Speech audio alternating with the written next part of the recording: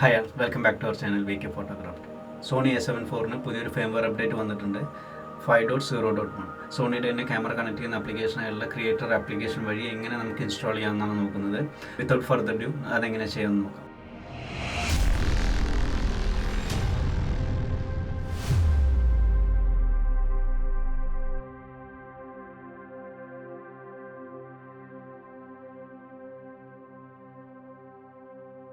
നമ്മുടെ മൊബൈലിനകത്തുള്ള creator cloud application നമുക്ക് open ചെയ്യണം. ഫസ്റ്റ് ടൈം ഈ ആപ്ലിക്കേഷൻ ഓപ്പൺ ചെയ്യുന്ന സമയത്ത് നമുക്കൊരു ഇമെയിൽ ഐഡിയും പാസ്വേഡും ഒക്കെ കൊടുത്തിട്ട് ലോഗിൻ ചെയ്യേണ്ടതായിട്ടുണ്ട്.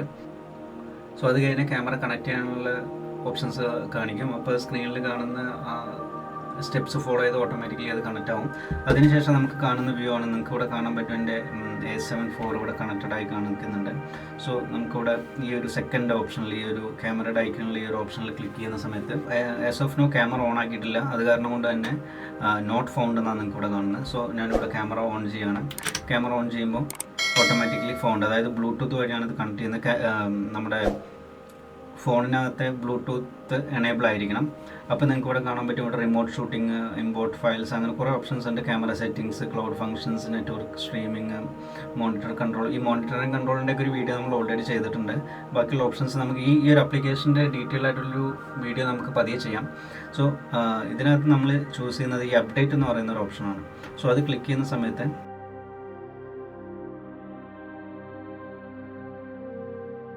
ക്യാമറ കണക്ട് ചെയ്യാൻ വേണ്ടി പറയുന്നുണ്ട്.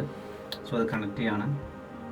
സോ നിങ്ങൾക്ക് ഇവിടെ കാണാൻ പറ്റും, ഒരു വേർഷൻ 5.0.1 എന്ന് പറയുന്ന ഒരു ഫേംവെയറാണ് വന്നേക്കുന്നത്. ഒരു സെക്യൂരിറ്റി പരമായിട്ടുള്ള അപ്ഡേറ്റ് ആണ് ഇതിനകത്ത് നടത്തിയേക്കുന്നത്. സോ ഇതിന് മുന്നേയുള്ള സെക്യൂരിറ്റി IPsec എന്ന് പറയുന്ന ഒതൻറ്റിക്കേഷൻ പ്രോട്ടോകോൾ മാറ്റിയിട്ട് ആക്സസ് ഓതൻ എന്ന് പറയുന്ന 2 ഫാക്ടർ ഒതൻറ്റിക്കേഷൻ കൊണ്ടുവന്നിട്ടുണ്ട്. അതേപോലെ തന്നെ WPA WEP എന്ന് പറയുന്ന പഴയ പ്രോട്ടോകോൾസ്, അത് കുറച്ച് വീക്കർ പ്രോട്ടോകോൾസ് ആണ്. അത് ഇനി നമുക്ക് യൂസ് ചെയ്യാൻ പറ്റില്ല. അത് എൻ്റയർലി റിമൂവ് ചെയ്തിട്ട് WPA to WPA3 എന്ന് പറയുന്ന പ്രോട്ടോകോൾസ് ഇൻട്രൊഡ്യൂസ് ചെയ്തിരിക്കുന്നു. അതേപോലെ തന്നെ കുറച്ച് ഓപ്പറേഷണൽ സ്റ്റെബിലിറ്റി ഫിക്സസ് ഒക്കെയാണ് ഇതിനകത്ത് ചെയ്തേക്കുന്നത്. സോ നെക്സ്റ്റ് കൊടുക്കുന്നു. നെക്സ്റ്റ് കൊടുക്കുമ്പോൾ അവരുടെ എഗ്രിമെൻ്റ് ആണ്, അത് എനേബിൾ ചെയ്യുന്നു. ഇത് ഡൗൺലോഡ് ചെയ്യാനുള്ളൊരു ഓപ്ഷൻ ഇവിടെ ചോദിക്കുന്നുണ്ട്. 832 MB ആണ്. സോ ഇൻ്റർനെറ്റിൻ്റെ സ്പീഡിനനുസരിച്ചിട്ട് അത് ഡൗൺലോഡ് ആവുന്നതാണ്. നിങ്ങൾക്ക് കാണാൻ പറ്റും, ഓൾമോസ്റ്റ് അത് ഡൗൺലോഡായി. സെക്കൻഡ് സ്റ്റെപ്പ്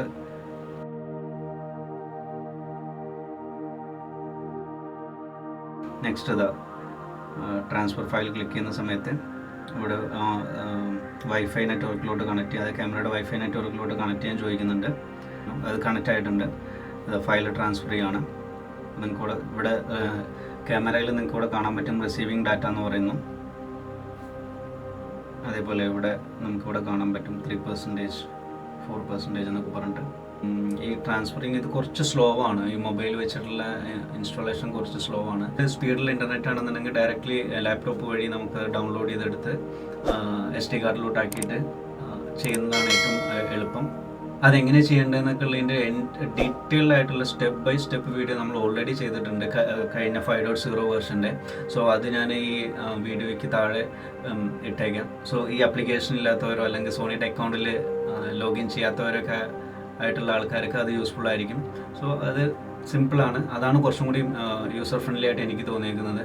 പക്ഷേ നമ്മൾ ഇതുവരേക്കും ഇങ്ങനെ ഒരു വീഡിയോ ചെയ്തിട്ടില്ല. അപ്പോൾ അതും കൂടി ചെയ്യാമെന്ന് വിചാരിച്ചിട്ടാണ് ചെയ്തത്. ഒരു 800 MB നമ്മുടെ SD കാർഡിലോട്ട് ട്രാൻസ്ഫർ ചെയ്യാൻ അതിന് മാത്രം സമയം വേണ്ട. സോ ഇവിടെ നടക്കുന്നത് ആ ട്രാൻസ്ഫറിങ് ആണ് ഇവിടെ വൈഫൈ വഴി നടക്കുന്നത്. ഓക്കെ, സോ അതുകൊണ്ടാണ് ഇത്രയും ടൈം എടുക്കുന്നത്. ഇവിടെ SD കാർഡ് വഴിയൊക്കെയാണ് ചെയ്യുന്നത് വെച്ചാൽ ഡൗൺലോഡിങ് ടൈം ഒഴിച്ച് നമുക്ക് മാക്സിമം എടുക്കുന്നത് ഒരു 5 minutes ആണ്. അതിൽ കൂടുതൽ എടുക്കില്ല. ഏകദേശം 97% ആയിട്ടുണ്ട്.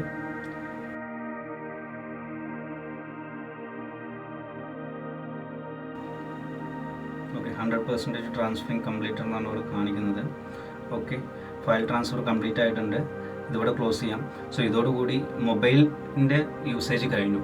ഓക്കെ, ഇനി നമ്മൾ ഇവിടെ ക്യാമറയ്ക്കകത്ത് പോയി കഴിഞ്ഞാൽ നിങ്ങൾക്ക് ഇവിടെ കാണാൻ പറ്റും കറൻറ്റ് വേർഷൻ എന്ന് പറയുന്നത് 5.0.0 ആണ്. അതിൽ നിന്ന് 5.0.1 നമ്മൾ മൂവ് ചെയ്യുന്നത്. സോ ഇവിടെ അവരുടെ ടേംസ് ആൻഡ് കണ്ടീഷൻസും കാര്യങ്ങളൊക്കെ ഉണ്ട്. സോ ഇതിങ്ങനെ സ്ക്രോൾ ഡൗൺ ചെയ്തിട്ട് ഏറ്റവും അവസാനം ഇവിടെ എക്സിക്യൂട്ട് എന്ന് പറയുന്ന ഒരു ഓപ്ഷൻ വരും. സോ ഈ എക്സിക്യൂട്ട് ക്ലിക്ക് ചെയ്യുക.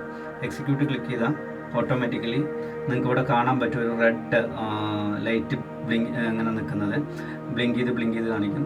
സോ ഇതിൻ്റെ അർത്ഥം ഇവിടെ ഫേംവെയർ അപ്ഡേഷൻ നടന്നുകൊണ്ടിരിക്കുക എന്നാണ്. ഇത് ഏകദേശം ഒരു 3 to 4 അല്ലെങ്കിൽ ഒരു 5 minutes മാക്സിമം, അതിൽ കൂടുതൽ ടൈം എടുക്കില്ല. സോ ഈ ടൈമിൽ ക്യാമറ ഓഫ് ചെയ്യാൻ പാടില്ല.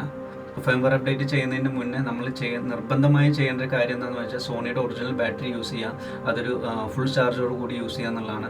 സോ എത്രയോ പെർസെൻറ്റേജ് താഴെ കഴിഞ്ഞാൽ, അതിൻ്റെ മുന്നത്തെ ഒരു വീഡിയോയിൽ നമ്മളത് കണ്ടിട്ടുണ്ട്, എത്രയോ പെർസെൻറ്റേജ് താഴെ ആയി കഴിഞ്ഞാൽ ക്യാമറ അത് ഫേംവെയർ അപ്ഡേറ്റ് റിജക്റ്റ് ചെയ്യും.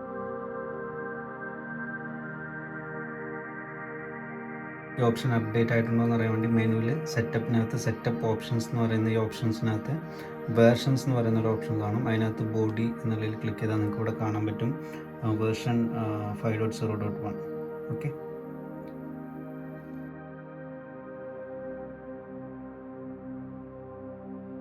സോ ഇങ്ങനെയാണ് ക്രിയേറ്റർ ആപ്ലിക്കേഷൻ വഴി നമ്മൾ ഫേംവെയർ അപ്ഡേറ്റ് ചെയ്യുന്നത്.